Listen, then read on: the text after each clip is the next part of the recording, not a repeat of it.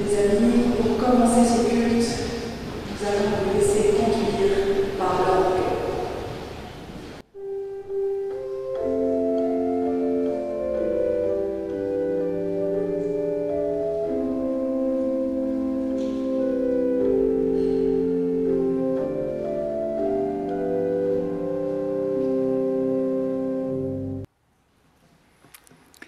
Bienvenue, bienvenue à tous et à toutes, bienvenue de la part de Dieu. Nous sommes rassemblés ce matin pour nous adresser à lui, pour écouter ce qu'il a à nous dire, pour prier ensemble, pour chanter ensemble. Bienvenue particulièrement aux personnes qui viendraient dans ce temple pour la première fois, peut-être à ceux qui assisteraient à une célébration protestante pour la première fois. Bienvenue à tous les autres, ceux qui viendraient pour la deuxième fois et à tous les habitués de notre culte.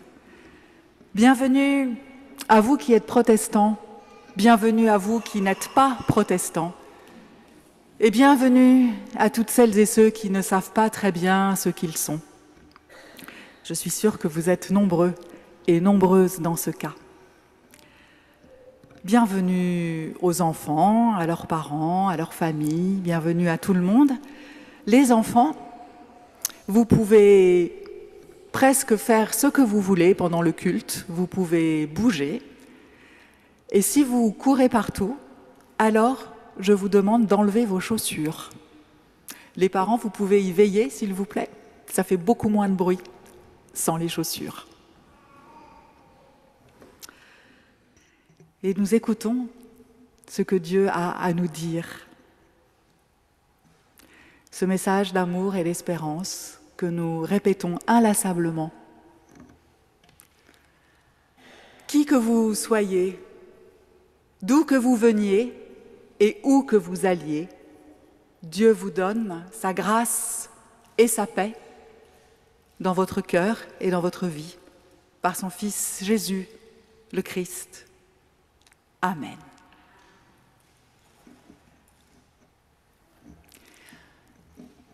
Et puisque nous sommes tous rassemblés ce matin, venant des quatre coins de l'horizon, nous allons le chanter. Nous avons marché sur des routes humaines, nous avons porté le fardeau des jours, nous avons souffert la fatigue et la peine, nous avons offert simplement notre amour. Seigneur, nous arrivons des quatre coins de l'horizon, nous voilà chez toi.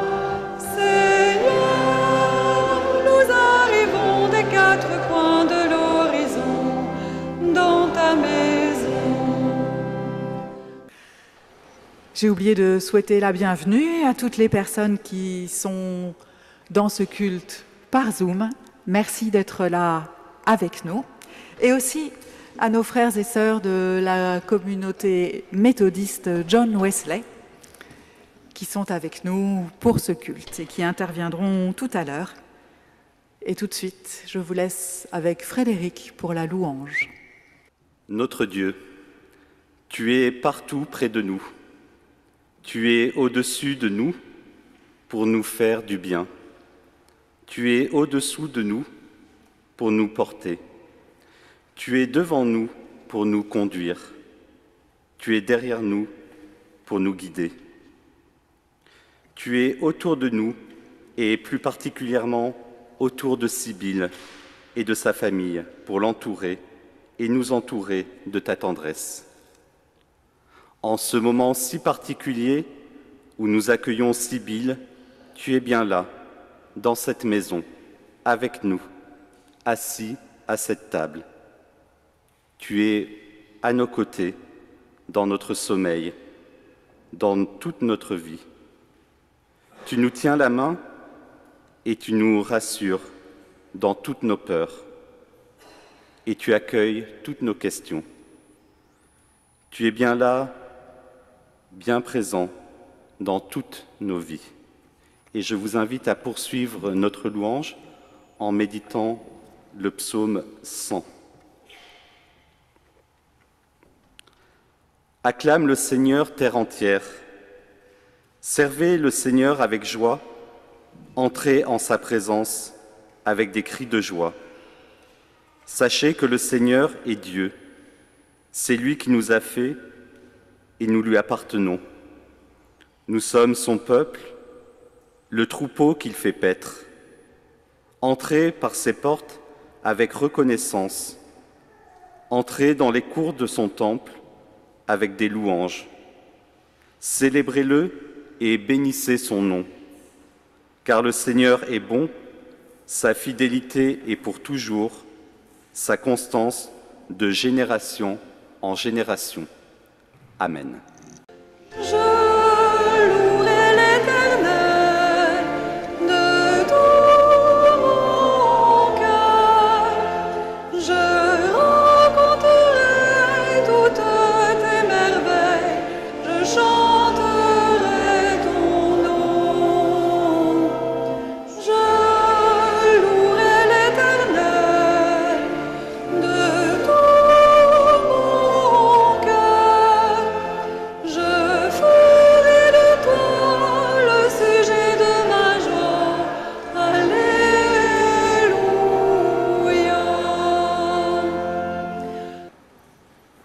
Avant de lire le passage de la Bible sur lequel nous allons réfléchir ensemble, nous prions.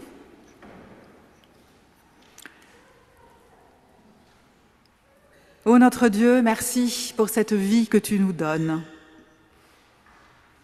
Merci pour ces enfants qui font notre joie, pour le pain que nous pouvons manger, pour ces frères et sœurs que nous avons pour nous aimer et pour que nous les aimions. Merci pour ton esprit qui nous permet de trouver une parole de toi dans nos Écritures, une parole qui nous apprend combien nous sommes importants à tes yeux, une parole qui fait de nous tes enfants. Amen. Et donc nous lisons dans l'Évangile de Luc au chapitre 9, les versets 46 et 48.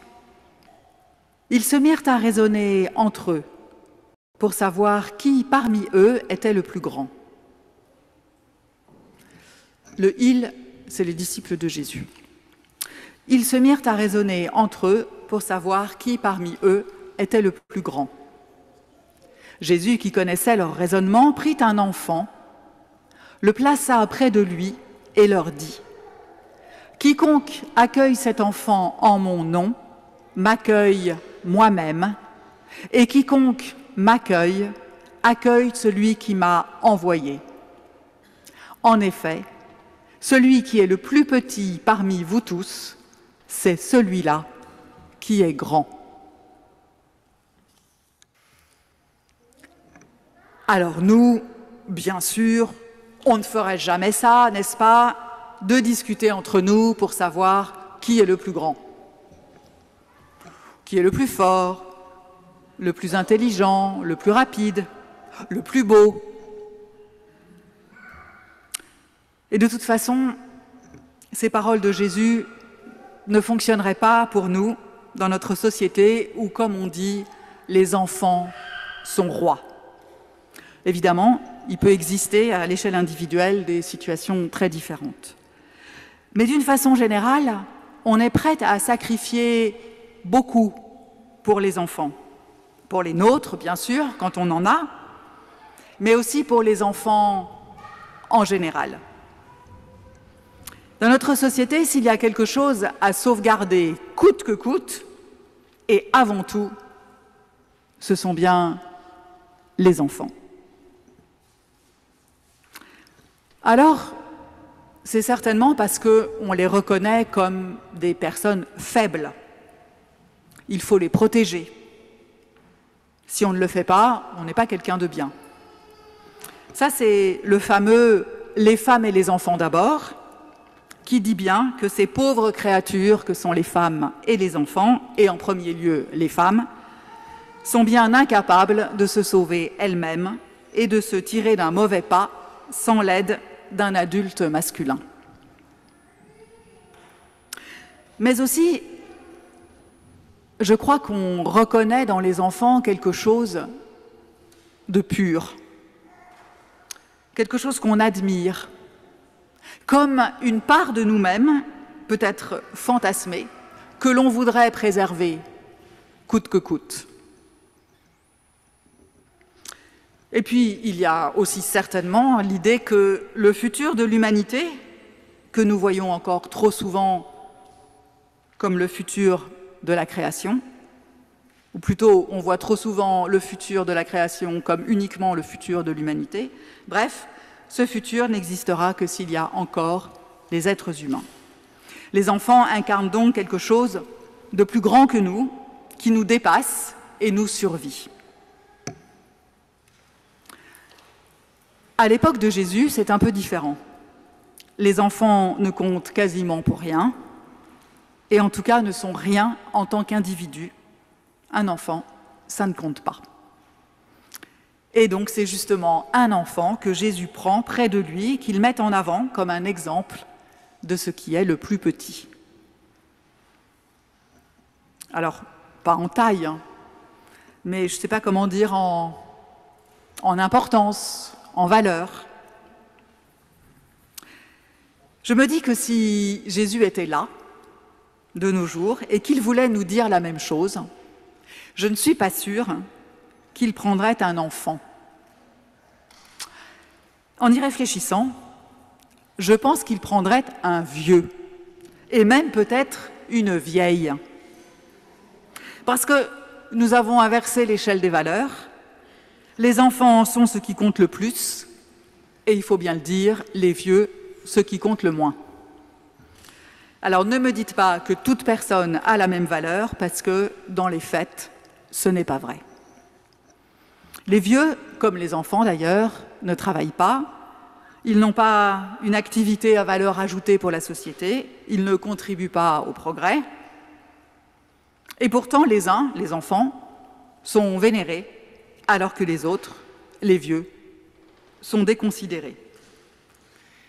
Notre société a construit un modèle de la bonne personne, un homme, jeune, travailleur, sportif, en bonne santé. Alors peut-être que c'est en train de changer un petit peu. Il me semble que le travail n'a plus la même place structurante qu'il pouvait avoir autrefois. Mais en attendant que ça change vraiment complètement, eh bien, on ne peut être ni intelligent, ni beau, ni servir à quelque chose quand on est vieux. Et pourtant, j'écoutais cette semaine un podcast précisément sur le vieillissement, et quelqu'un disait que vieillir est un privilège qui est réservé aux vivants. Alors je ne sais pas, parfois il me semble que les personnes très âgées peuvent nous faire penser à la mort. Mais je crois au contraire qu'elles incarnent plus que personne la vie. Je m'égare un peu. Alors, comment cette réponse de Jésus au questionnement des disciples, de savoir qui est le plus grand, nous interroge aujourd'hui? On peut la prendre au sens premier, puisque Jésus prend un enfant, et se demander ce que nous faisons des enfants dans notre paroisse. Alors que les parents de Sibylle aient choisi ce passage pour le baptême de leur fille le dimanche qui suit notre culte de rentrée consacré aux enfants, est un hasard de calendrier qui tombe bien. Notre façon d'accueillir les enfants dans cette paroisse, c'est de leur dire qu'ils sont les bienvenus au culte, avec leur agitation, avec leur bruit d'enfants. On ne demande à personne de se transformer pour assister au culte. Les enfants restent des enfants. On leur propose aussi des activités spécifiques tout au long de l'année, grâce à une super équipe d'animation qu'on a présentée dimanche dernier, et figurez-vous qu'elle s'est encore enrichie depuis. on leur propose aussi de participer à la fin de chaque culte à la Sainte Seine. Mais oui, parce qu'on propose à tous les membres de la paroisse et même à toutes les personnes qui viennent au culte, en fait, c'est plutôt ça. On propose à toutes les personnes qui viennent au culte de participer à la Sainte Seine à la fin du repas. Et chacun, chacune y a sa place. Et puis on consacre aussi 2 fois par an un culte entier aux enfants, comme le culte de dimanche dernier et puis celui un peu avant Noël. Il y a des paroisses qui font ça 1 fois par mois. Hein. Je ne sais pas s'il faudrait qu'on le fasse plus souvent. On s'adapte, pour résumer, à leurs besoins, à leurs aspirations d'enfants, comme on essaye de le faire pour toutes les autres personnes.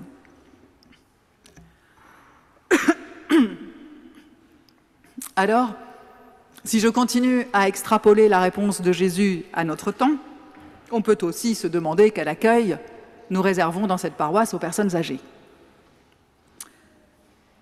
Est-ce que cette communauté est un endroit où chacun et chacune se sent en sécurité, où chacun et chacune sent qu'il a ou qu'elle a sa place, qu'elle est considérée pour ce qu'il est, pour ce qu'elle est, sans avoir besoin de faire semblant d'être autre chose. On y travaille, mais je crois que la route est encore longue. Et puis, plus généralement, que faisons-nous des personnes fragiles et faibles dans nos vies, en dehors de ces murs? Alors, jusqu'à maintenant, j'ai parlé des enfants, des personnes âgées, des personnes fragiles, comme si elles étaient extérieures à moi, comme si je n'étais pas directement concernée. Alors peut-être que la première chose que la réponse de Jésus à ses disciples nous engage à faire, c'est à découvrir l'enfant, la personne âgée, la personne fragile que nous sommes tous et toutes. Ces personnes que nous sommes ne doivent pas nous faire peur, ni nous rebuter. On peut avoir tendance à les enterrer bien au fond de nous ou à nier leur existence. Mais comme Jésus nous le propose, en son nom, nous pouvons accueillir l'enfant, la personne âgée, la personne fragile qui est en nous.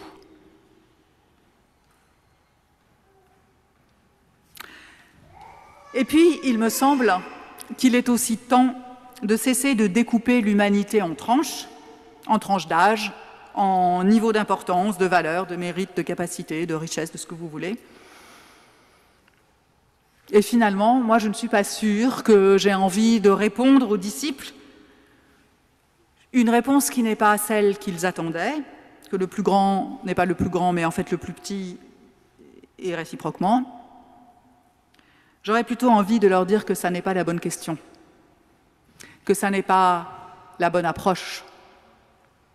Oui, bien sûr, il y a des grands, il y a des petits, il y a des gens plus doués, des gens moins doués, des plus vieux, des moins vieux, des plus noirs, des plus blancs, et tout un tas d'autres différences entre les gens. C'est cela la réalité de l'humanité. On est différents. Et ce serait une erreur de se le cacher. Par un tour de passe-passe, en disant que les petits sont grands et les grands sont petits.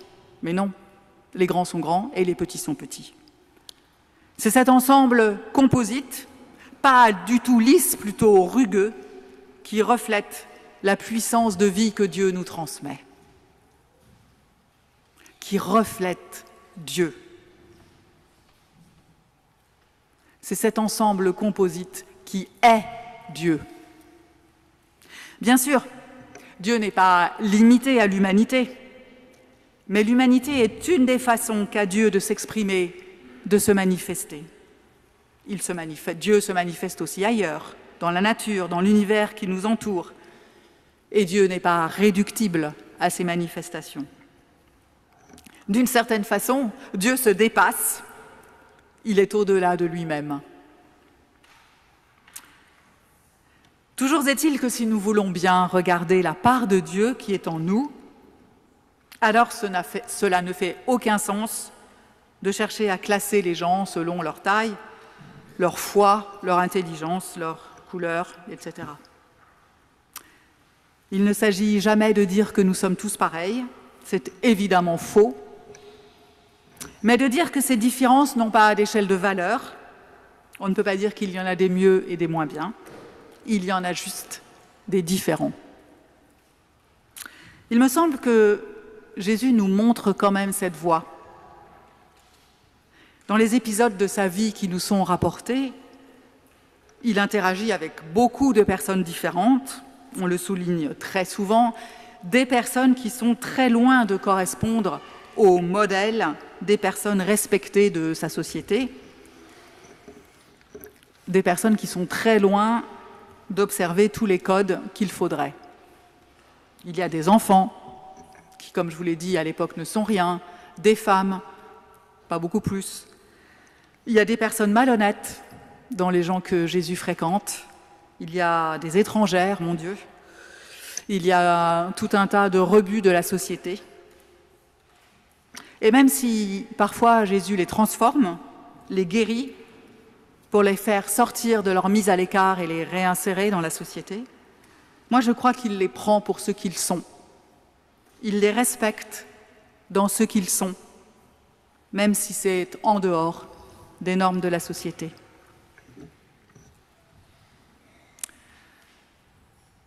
Dans nos églises, et dans celle-là très certainement, nous sommes souvent d'accord pour accueillir tout le monde, à condition que tout le monde fasse le chemin pour se rapprocher de nous, de ce que nous sommes, pour que les personnes que nous accueillons gomment leurs différences, les différences qui nous séparent. Alors ce que je vous propose, c'est qu'on change de modèle, et c'est là que nous pourrions tous et toutes enfin être des enfants. Soyons fiers d'être des enfants, d'accueillir au nom du Christ l'enfant que nous sommes. Un enfant qui a cette capacité d'ouverture, d'accueil, sans vouloir transformer personne. Soyons fiers de ne pas chercher qui est le plus grand ou le plus petit, mais de nous déplacer nous-mêmes vers celui qui est le plus loin, en lui proposant, au nom du Christ, d'être ce qu'il est et rien d'autre. Amen.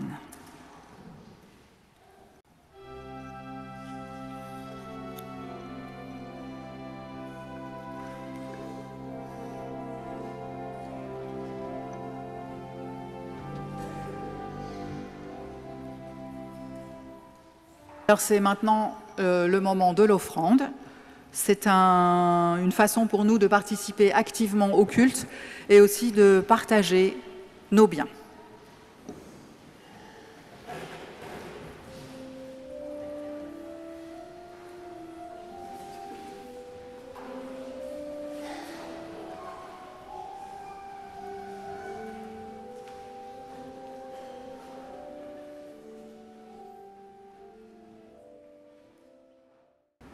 Alors nous nous laissons conduire dans la prière d'intercession. Fais briller sur nous, Seigneur, la lumière de ta face, que s'élève sur la dureté de notre cœur, la douceur de ton visage, que s'élève sur la folie de notre orgueil, l'humilité de ton cœur. Fais briller sur nous, Seigneur, la lumière de ta face, que s'élève sur la tristesse de notre péché, la joie de ton pardon,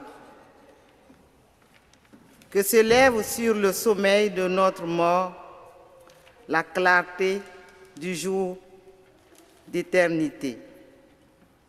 Fais briller sur nous, Seigneur, la lumière de ta face, que s'élève sur notre esclavage la liberté des enfants de Dieu. Que s'élève sur notre angoisse la paix de ton amour. Fais briller sur nous, Seigneur, la lumière de ta face. Que s'élève sur la nuit de notre monde l'aube de ta résurrection. Que s'élève dans le cœur de l'être humain la gloire de Dieu. Fais briller sur nous, Seigneur, la lumière de ta face. Nous te remercions, Dieu, de veiller toi-même sur chacune et chacun de nous. Aucune force aveugle ne mène notre vie. Tu prends soin de nous. Tu connais notre nom. Tu es là sur toutes nos routes. Tu nous restes fidèles, plus attachés à nous qu'un parent à son enfant. Par Jésus, nous sommes devenus ton bien. Nous sommes tes héritiers, aussi vrais que celui qui est ton Fils, notre frère. Jésus-Christ, notre Seigneur. Amen. Unis à tous nos frères et sœurs en Christ d'hier et d'aujourd'hui, d'ici et d'ailleurs, nous pouvons dire cette prière que tu nous as apprise. Notre Père, qui es aux cieux, que ton nom soit sanctifié, que ton règne vienne, que ta volonté soit faite sur la terre comme au ciel. Donne-nous aujourd'hui notre pain de ce jour. Pardonne-nous nos offenses, comme nous pardonnons aussi à ceux qui nous ont offensés. Et ne nous laisse pas entrer en tentation, mais délivre-nous du mal, car c'est à toi qu'appartiennent le règne, la puissance et la gloire pour les siècles des siècles. Amen. Il nous reste à recevoir la bénédiction de Dieu pour être les uns, les unes et les autres des bénédictions pour tous les autres. Partez avec la bénédiction de notre Dieu. Que Dieu vous bénisse et vous garde, vous et tous ceux que vous aimez. Qu'il vous fasse savourer son amour pour vous partout, là où vous êtes. Qu'il veille sur vous et vous donne sa paix. Amen.